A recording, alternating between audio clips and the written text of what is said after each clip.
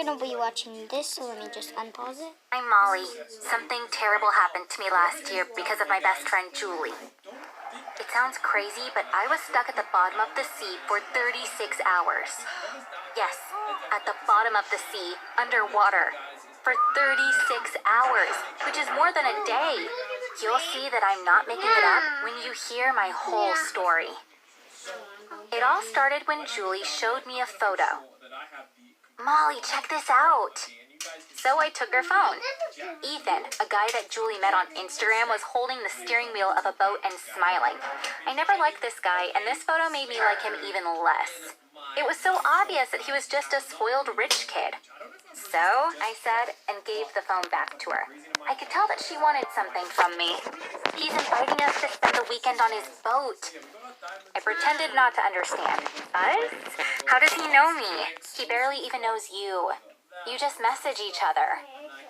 She said, we talked on the phone for hours last night. Trust me, he's a great guy. Come on, let's go together. I immediately said, no way. What am I going to do on a boat with a total stranger for 2 days? Her face looks like red, but it's actually So she said something she knew would work. What if he's a psycho? Are you going to leave me alone with a guy like that? This was the same sentence I used on her last month. I asked her to come with me when I was meeting a guy for the first time. So we went to the date together.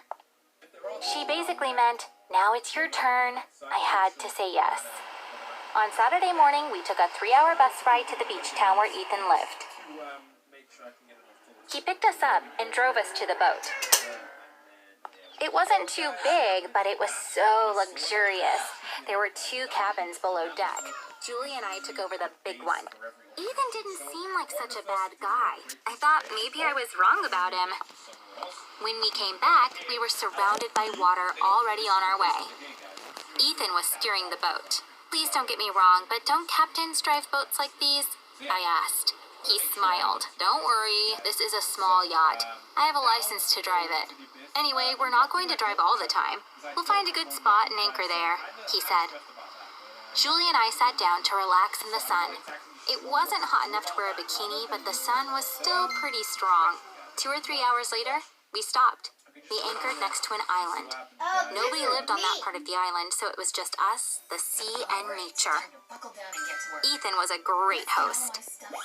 He prepared all the food by himself. It felt like summer, even though it was the end of November.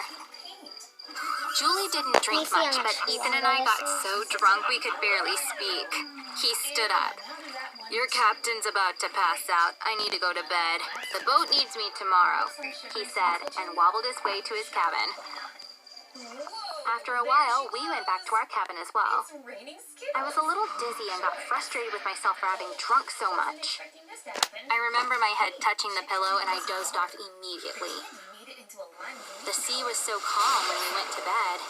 I don't know when the weather worsened and a huge storm began, but when I woke up, the yacht was rocking a lot.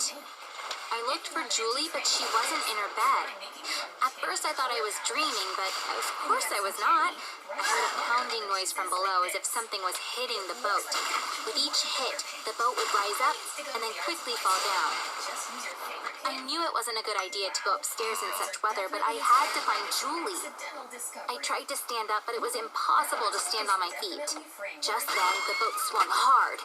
I tried to hold on to something, but I couldn't. I hit my back against the wall and screamed in pain. It hurt so much that I was sure I had broken something. The pain stopped after a while. I checked my arms, legs, and ribs. Nothing hurt, and I was relieved that nothing was broken. I suddenly realized the real danger. I was in a boat. There was a terrible storm outside, and boats tended to sink during storms. What was I supposed to do? Was I supposed to stay down here, or try to go upstairs? I was thinking that the right thing to do was to go outside when the boat started to rock even more. It felt like the boat started moving. Had Ethan taken control of the boat? Were we going somewhere safe? I was trying to calm myself down when I heard a really loud noise. I realized that the movement was just due to the boat drifting, and we had crashed against the rocks surrounding the island. It was now clear what was about to happen. The boat was going to sink. I managed to get up because the boat wasn't rocking as much. I was trying to get to the door when suddenly it split in two and water started pouring into the cabin. It was what I had been afraid of. We were sinking. The water was pouring in so fast that I couldn't move through it. I went to the bathroom and shut the door. I took the towels from the cabinet and stuffed them under the door, but the water kept coming in. Until then, I had managed to stay calm. But now I had enough reasons to panic. The boat I was in had hit a rock in a storm and was sinking quickly, and I was stuck inside a tiny bathroom. For the first time, I thought I might actually die. I started yelling to get this thought out of my mind. Molly, use your brain! Come on! You have to find a way to get out of here. Use your brain.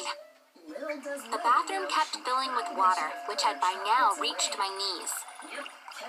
I stood up on the toilet.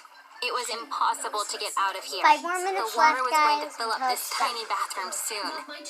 I don't know how much time had passed. I had resigned myself to my fate and was just waiting. The water was now up to my chest.